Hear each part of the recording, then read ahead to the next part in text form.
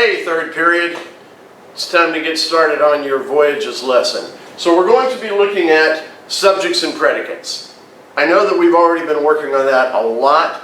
Now it's time to just really bring it on home. So that's divided up into those two different pieces of grammar. Subjects. We all know that from all of our extensive diagramming. The subject is the main thing that the sentence is talking about. Common sense. It has to be a noun.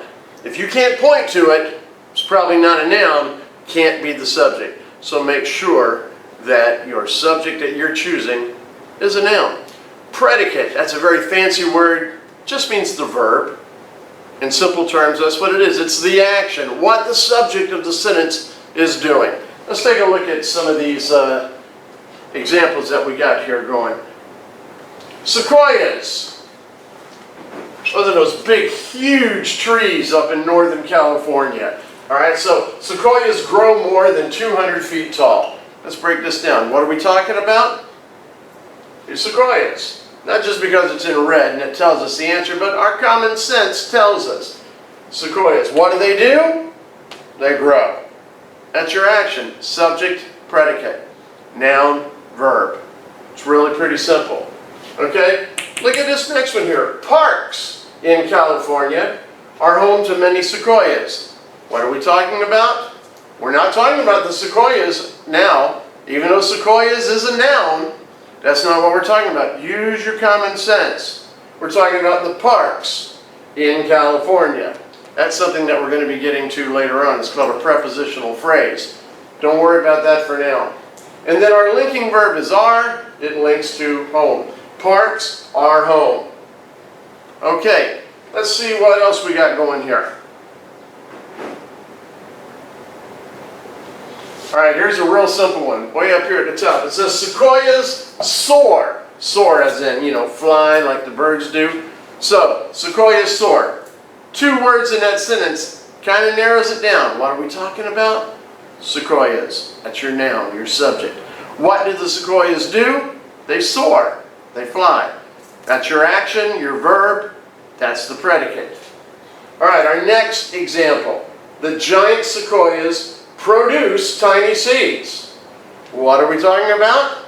Still sequoias. What kind of sequoias? The sequoias. Giant sequoias. Sequoias. What do? Produce. They produce. That's your verb. Produce tiny seeds. Verb phrase. Remember, if there's more than one word in that category, we're going to add that word phrase to it. Verb phrase. All right, here's a couple of examples I want to work on with you here before I cut you loose. Sequoias are a type of evergreen tree. What are we talking about? Common sense. Sequoias. That's your subject. It's your linking verb. Are. They are a type. All right, so your predicate is a linking verb and it links to a type. That was kind of a little bit weird, a little tricky there. Not really though, because you guys know those linking verbs because we've had them up on the board all year long. Let's look at the next one. The enormous size of these redwoods makes them unusual. We are not talking about the redwoods. Don't get fooled. I know some of you are going to say, hey, redwoods, that's a noun. That's those other big trees, and I can point to that, so that's my subject. But we're not really talking about the redwoods. We're talking about the size of the redwoods. All right, I know. You can't point to a size. I didn't invent this stuff. I just learned how to do it so that I could teach it to you. Use your common sense. That is what we're talking about. The size of the redwoods. Makes. That's your action. That's your verb. Predicate. All right, so subject and predicate. Take a look at number 3. Scientists measure the age of trees by counting their rings. Pretty simple here. What are we talking about? Scientists. What do the scientists do? Measure.